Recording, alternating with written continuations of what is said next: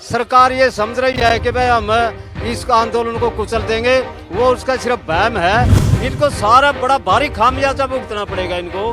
इस तो वड्डी शर्म दी की गल होगी कि हरियाणे दा डिप्टी सीएम हो के आपदे घर नहीं जा सकता। ये अगर किसान नहीं है, अगर भाई यहाँ किसान नहीं, किसान तो घर बैठे, फिर उसका प्रशासन और प्रशासनिक अधिकारी कल 4 घंटे वहाँ गोटे क्यों रगड़े उसने एक दुकान के अंदर? क्योंकि ये जिहड़ी लड़ाई है हक ते सच दी लड़ाई है, साडी फसलां ते नस्लां दी लड़ाई है। साज इसका उतरन दिया नहीं, गामा में इनकी बढ़न दे रहे नहीं। ये तो गामा में किसान समझ रहे थे, फिर गामा में इनको बढ़न कौन दे रहे? फिर वो भी तो किसान है। ये चले हुए कारतूस है, ये आरएसएस के गुंडे हैं। ਸਤਿ ਸ਼੍ਰੀ ਅਕਾਲ, ਔਨ 에ਅਰ ਵੇਖ ਰਹੇ ਹੋ। ਕਰਨਾਲ ਦੇ ਸਚਿਵਾਲੇ ਦੇ ਸਾਹਮਣੇ ਬੈਠੇ ਹੋਏ ਆ। ਸਾਡੇ ਨਾਲ ਹਰਿਆਣਾ ਦੇ ਜਿਹੜੇ ਕਿਸਾਨ ਵੀਰ ਨੇ ਉਹ ਬੈਠੇ ਹੋਏ ਨਜ਼ਰ ਆ ਰਹੇ ਨੇ। ਤਸਵੀਰਾਂ ਤੁਸੀਂ ਦੇਖ ਰਹੇ ਹੋ ਕਿਸ ਤਰ੍ਹਾਂ ਨਾਲ ਜਿਹੜੇ ਭਾਰਤੀ ਕਿਸਾਨ ਯੂਨੀਅਨ ਹਰਿਆਣਾ ਦੇ ਜਿਹੜੇ ਆਗੂ ਨੇ ਉਹ ਸਾਡੇ ਨਾਲ ਬੈਠੇ ਹੋਏ ਨੇ। ਗੱਲਬਾਤ ਕਰਦੇ ਆ। ਪਹਿਲੇ ਤਾਂ ਸਚਿਵਾਲੇ ਦੇ ਅੱਗੇ बैठ गए ਆਪਾਂ ਹੁਣ ਤੇ ਧਰਨਾ लगा के ਹੁਣ कितना लग रहा है नहीं खट्टर को कुछ कर समझौता कर लेना चाहिए।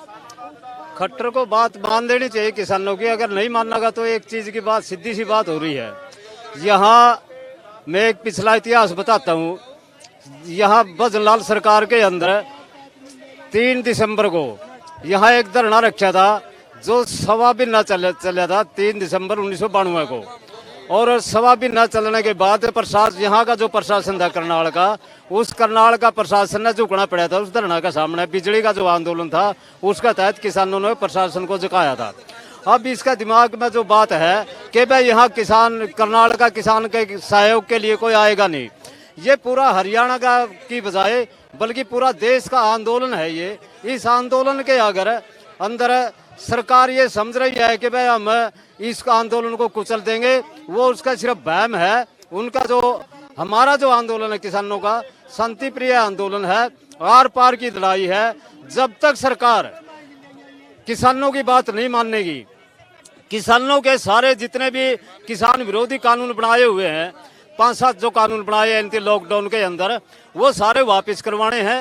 किसान का जो कर्जा है वो सारा साफ करवाना है, किसान को कर्ज मुक्त करवाना है। और किसान की जो केस बना रहे, झूठे केस बनाने लग रहे हैं, या किसानों के जो 700 के लगभग किसान शहीद हो रहे हैं, उनको मुआवजा व उनका एक परिवार को नौकरी उचित मुआवजा का लेकर इनको सारा बड़ा भारी खामियाजा भुगतना पड़ेगा इनको।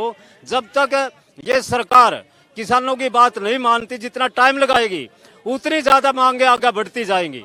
और इस सरकार को मुंह की खानी पड़ेगी। क्योंकि हरियाणा का एक इतिहास रहा है। हरियाणा के अंदर एक बिजली के आंदोलन के अंदर चौधरी घासीराम नारायण उस टाइम प्रधान होते थे हरियाणा के। मैं एक बात कहता हूँ कि ये खट्टर सरकार तो बार बार यही कह रही है कि किसान नहीं बैठे हुए। ये तो जो किसान है वो तो अपने घरों में है, ये तो वैसे आकर बैठ गए, यहाँ पर कोई वो नहीं है। यहाँ एक बार पता तसल्ली तो कर लो इनको। अगर ये किसान, ये अगर किसान नहीं है, अगर भाई यहाँ किसान नहीं, किसान तो घर बैठे, फिर उसका प्रशासन और प्रशासनिक अधिकारी कल 4 घंटे वहाँ गोटे क्यों रगड़े उसने एक दुकान के अंदर? अगर ये किसान नहीं थे तो उसने 4 घंटे गोटे क्यों रगड़े? उसकी अपनी नाक रगड़ती पड़ी है प्रशासन ने किसानों के सामने। लेकिन किसान नहीं झुके, अपनी बात पढ़े रहे। वो तो ये तो कहेगा, ये तो बिना मतलब ये भी कहता है हरियाणा का तो आंदोलन को नहीं। और इसकी जांच इसका उतरन दिया नहीं, गामा में इनकी बढ़न दे रहे नहीं। ये तो गामा में किसान समझ रहे थे, फिर गामा में इनको बढ़न कौन दे रहे? फिर वो भी तो किसान है। जब इनके गामों के अंदर नहीं बढ़न दे रहे, वहाँ किसान है, उनकी तो किसान मानता है। फिर इसके अंदर क्या रह गया? वो किसान जो गामा में इनकी बढ़ने को नहीं दे रहे, अब ये बिल्कुल रिजेक्ट कर दिया। ये तो एक बीती हुई बात हो चुकी है। ये चले हुए कारतूस है, ये आरएसएस के गुंडे हैं सदा से। और आरएसएस के गुंडे ने जो किसान विरोधी जो बात करी है, इसका खामियाजा इनकी भुगतना पड़ेगा हर हालत के अंदर। ਦੁਸ਼ਯੰਤ ਦਾ ਘਰ ਵੀ ਘੇਰਿਆ ਸੀ, ਉਹਦੇ ਉੱਪਰ ਉਹਦਾ ਵੀ ਵਿਰੋਧ ਕੀਤਾ ਗਿਆ ਜੋ, ਪਰ ਉਹ ਕਹਿ ਰਿਹਾ ਮੈਂ ਕਿਸਾਨਾਂ ਦੇ ਨਾਲ ਆ, ਕਿਸਾਨਾਂ ਦੇ ਨਾਲ ਆ ਕੇ ਖੜਾ। ਪਰ ਇੱਥੇ ਆ ਕੇ ਖੜਨ ਨੂੰ ਆਪਣਾ ਝੰਡਾ ਕਿਉਂ ਨਹੀਂ ਛੱਡ ਕੇ ਬੈਠਦੇ ਹੈਗੇ?